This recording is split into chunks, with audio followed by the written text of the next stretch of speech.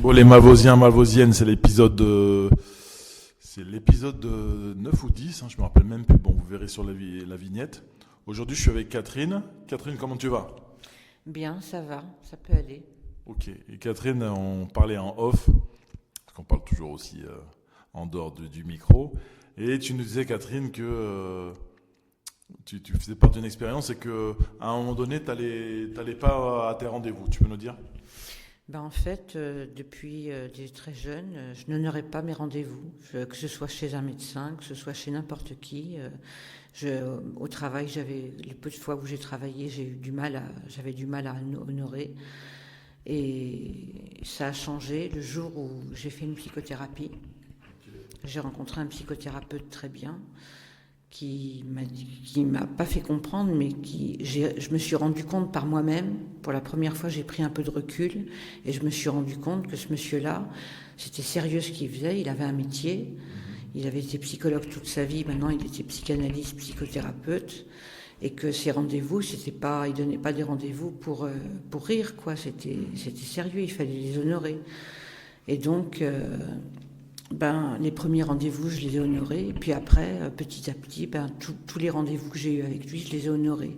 Et ça m'a amené à honorer mes autres rendez-vous. Mes rendez-vous médicaux, mes rendez-vous avec que ce soit la CAF, les assistantes sociales, tout le monde, quoi, en fait, tout le monde.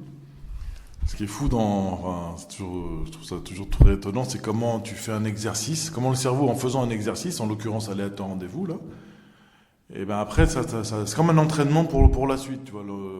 Enfin, c'est mal dit, mais le cerveau, il comprend que par une autre façon, par l'entraînement, par la répétition, alors c'est pas le truc ultime, mais le fait de répéter le truc, je fais ça le parallèle avec le fait de se dire des phrases positives, tu vois.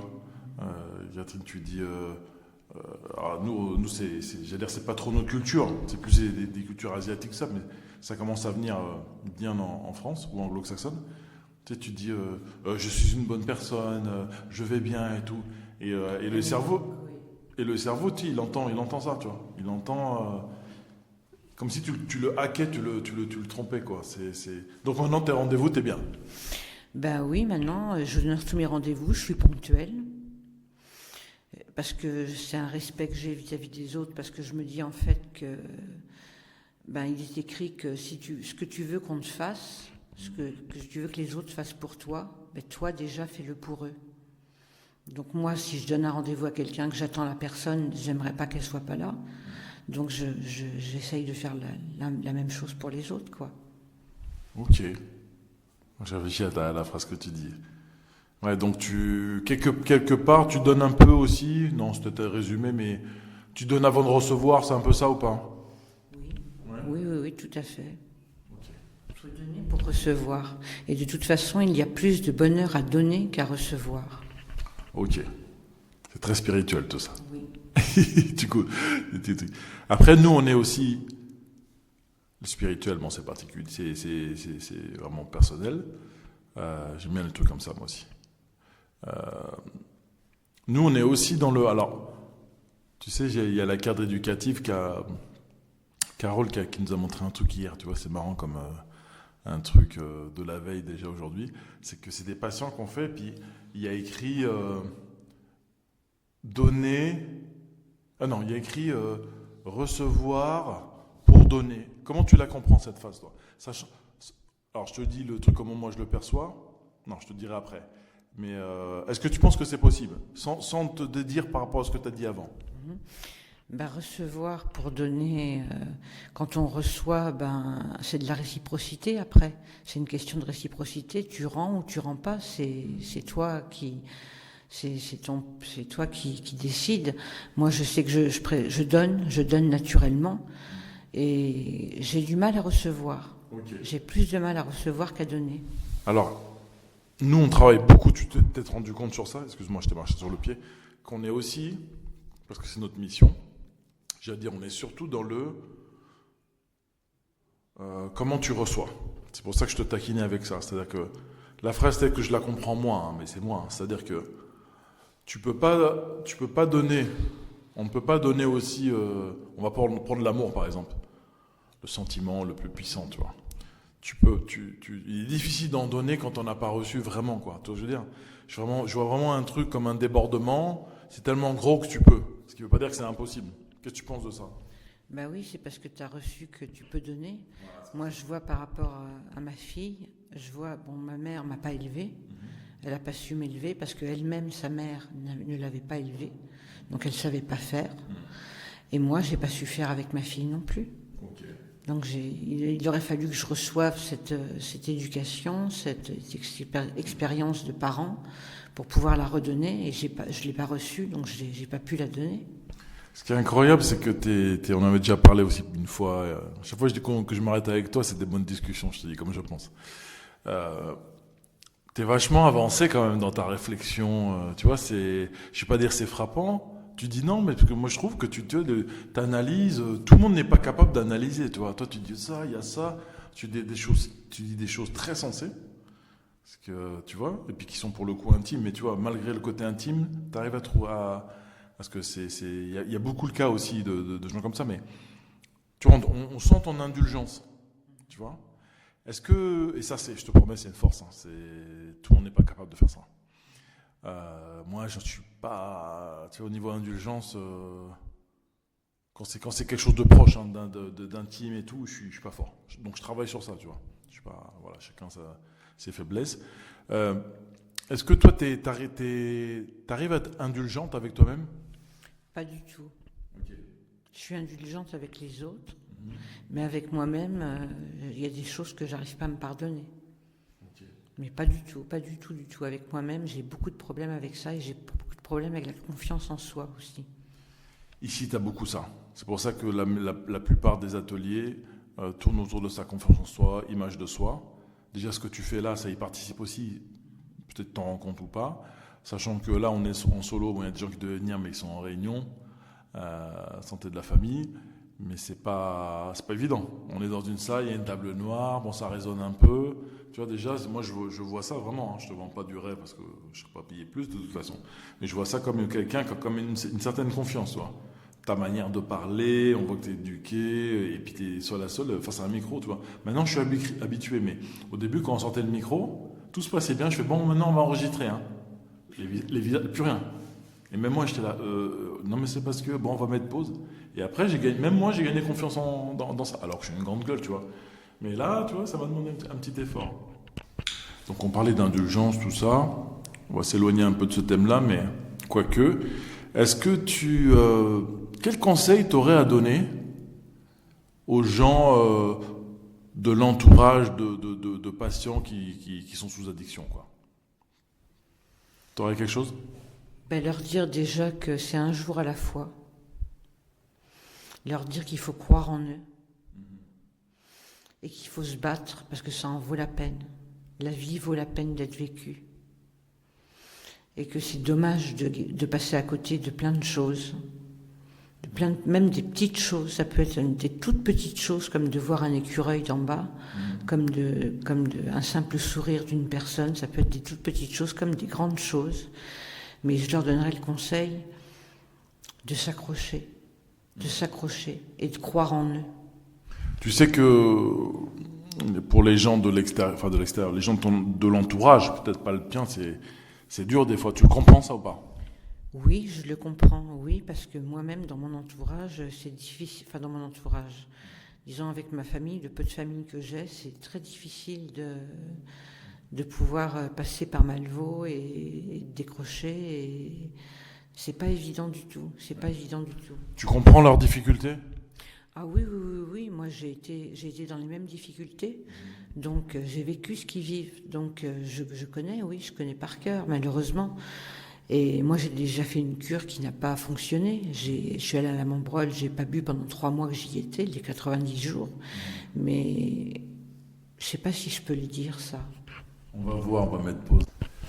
Donc, on a discuté d'un truc pendant la mini-pause, là, et puis c'était un truc très, très intéressant, mais qu'on peut pas dire ici pour de multiples raisons. Mais moi, je sais. Donc, voilà. Donc, on a parlé en off encore d'école, tout ça. Toi, je crois que tu étais première de la classe, c'est ça? Ben oui, j'ai appris à compter, à lire, à écrire très jeune. À 5-6 ans, j'écrivais, je lisais très bien. Et je savais faire ce que faisaient ceux du CM1, du CE1, du CE2.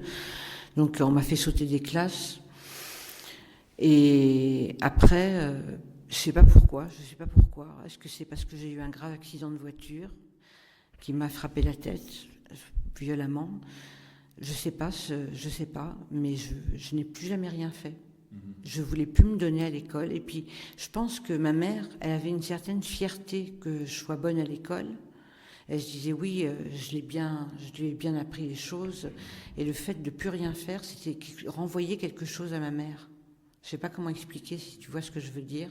C'était lui renvoyer que je ne voulais plus lui faire plaisir, en fait. Ouais, tu lui rendais l'appareil. Toi, tu étais dans ton truc. Moi, j'existe aussi. Hein. Moi, je vois ça comme une sacrée force mentale pour une gamine, tu vois. À l'époque, c'est assez. Est-ce que les personnes toxiques, tu m'avais dit, je crois qu'on peut le dire, tu m'avais dit, voilà, tu pensais que pour toi, en tout cas, ta maman, c'était une personne un peu toxique. Donc, comment t'as géré cette relation? J'ai pas su la gérer du tout. J'ai su la gérer quand j'ai eu 48 ans à peu près, c'est-à-dire il y a 2 ans de ça, j'ai commencé à la gérer. Mais avant, j'ai pas su la gérer du tout. J'avais des relations avec elle qui étaient impulsives, parfois pas violentes, mais verbalement violentes. Et je crois que je lui en voulais en fait. Je lui en voulais terriblement. Et puis c'est en grandissant, en mûrissant, qu'on apprend que, en fait, en voyant ce que moi j'ai fait après avec ma fille, je me suis rendu compte qu'en fait, elle-même, elle n'avait pas eu les capacités de m'aider et de m'élever parce qu'elle n'avait pas été elle-même aimée ni éduquée avec amour par des parents, quoi. T'arrives à te voir comme même si le mot fait peur, surtout chez les plus jeunes, mais bon, moi, je suis plus vieux que toi, mais t'arrives à comprendre que dans tout ça, dans ton addiction, toi, tu es une victime. Tu arrives à comprendre ça ou pas? On me dit que je suis une victime. Mais c'est vrai que moi, j'estime que j'ai quand même une part de responsabilité. Je ne peux pas m'enlever ce poids des épaules. Okay. J'en discutais une fois avec un collègue qui m'avait dit, enfin, il avait dit que c'était bien, qu'il fallait que vous gardiez une petite part quand même. Peut-être que c'est ça qui vous faisait avancer. Je ne sais pas si elle avait raison. Mais en tout cas, nous, on te le dit, enfin, à travers. Le mot fait peur parce que victime, on a cette idée de passivité, tu peux rien faire et tout. Non, mais victime dans le sens, il s'est passé des choses. Toi, c'est ton histoire incroyable. On en a parlé en off tout à l'heure. Et c'est d'autres histoires incroyables. À chaque fois, moi, je tombe des nues, je fais non. Et on ne sait pas, on vous voit comme ça, vous buvez des cafés, on discute, ouais, ça va. Puis quand on s'assoit comme ça avec vous, moi, je suis subjugué, c'est magnifique. Je te dis, je m'éclate là-dedans. Et dans ces rencontres. Mais c'est que une victime, c'est aussi quelqu'un qui... Victime, déjà, c'est dans le sens où c'est pas votre faute si vous êtes dans l'addiction. Même si le produit, c'est toi qui le prends, c'est pas moi je bois pas, ou quelque produit que ce soit. Sans chercher à me mettre au-dessus de vous. Mais je veux dire, ça n'empêche pas cet état de victime à un moment donné. C'est pour être indulgent avec soi-même. Tant que... Puis toi, je sais que tu es dans ces trucs-là un petit peu. Tant que tu fais pas la paix avec toi-même, tu peux pas. Mais moi, pareil, les trucs où j'ai pas, je dis pas moi, c'est pour faire la comparaison. Il y a plein de trucs où j'ai pas fait la paix avec moi-même, des trucs familiaux et tout, puis ça te mine, ça te ronge, tu vois. La chance que j'ai, c'est que il n'y a pas eu un produit dans mon parcours, parce que j'ai eu de la chance, une chance de fou avec mes parents, tu vois. Ça aurait été la même chose que toi, bah je serais à ta place, c'est toi qui tiendrais le micro, tu vois. C'est vraiment ça qu'on essaie de faire comprendre, c'est que vous êtes ici, c'est pas votre faute. Par contre, si vous êtes ici, c'est là où je te rejoins. C'est que tu es actif, tu as peut-être été actif dans ta consommation, bah là tu es actif dans j'essaie de m'en sortir, tu vois. Et tout à l'heure tu disais que tu avais fait déjà un soin, il y en a qui en font plusieurs, c'est leur histoire, et ben, même s'il se passe ceci, cela, il y aura toujours quelque chose que tu vas en ressortir, peut-être pas maintenant, tu vois. Souvent on se met à votre place, hein, je veux dire, quand il y a des consommations sur site, l'aventure ici finit là. Et les gens, ouais, ils sont mal et tout, mais on leur dit, ça fait partie de votre parcours. Qu'est-ce que tu retires de ça? C'est tout. C'est dur, hein, mais... Oui. Ben moi, la seule cure que j'ai fait avant de venir ici, c'était en 2002, donc c'est il y a 23 ans. Et j'en retire quelque chose, j'en ai retiré quelque chose. Oui, c'est que déjà j'ai plus eu ma fille avec moi, c'est son père qui l'a prise. Mais ce que j'en ai retiré de positif par rapport à la cure, de positif, c'est un peu dur là. Disons que j'ai vu des choses là-bas que je voulais pas vivre et je me suis dit je ferai jamais comme eux. Et puis en fait je l'ai fait quand même quoi. Ouais, mais c'est ton histoire. Et ça t'empêchera pas de peut-être maintenant de te dire ah ben ouais, je veux pas recommencer. Je vois ça, tu vois, c'est dur, hein, mes mots sont durs, mais je vois ça dans ton parcours, malgré les galères, tout ça, plus que des galères, hein, la souffrance. Mais je vois vachement de positif, parce qu'à chaque fois, tu as cet élan vital. Tant que tu as ça, je te dis, tu vois, c'est magnifique. Et toi, on sent que tu l'es, que c'est réfléchi, tout ça. Après, tu as tes failles, comme tout le monde. Ici, on peut t'aider, puis à l'extérieur de ce que tu m'as dit, voilà, tu sais où aller chercher la ressource. Enfin, en tout cas, j'ai passé un moment touchant avec toi. Tu vois? Et si tu veux bien, dans la petite vignette YouTube, c'est-à-dire la petite truc que tu vois avant que je mettrai un moment très touchant avec Catherine. Tu vois? Et puis, ce ne sera pas ta photo parce que, ni ton image, mais je mets un petit truc sympa. Mais merci. Et puis, tu peux dire au revoir si tu veux. Ben, merci à tous ceux qui écoutent de prendre soin d'eux surtout, parce que c'est ça qui est important, c'est prendre soin de soi, parce qu'on compte énormément pour les autres, ceux qui nous aiment par exemple, et puis on compte pour les gens qui nous soignent aussi ici, on est important pour eux, et donc comme j'ai dit tout à l'heure, ça vaut vraiment le coup de se battre, alors battez-vous. Ok, ce sera le mot de la fin. Au revoir.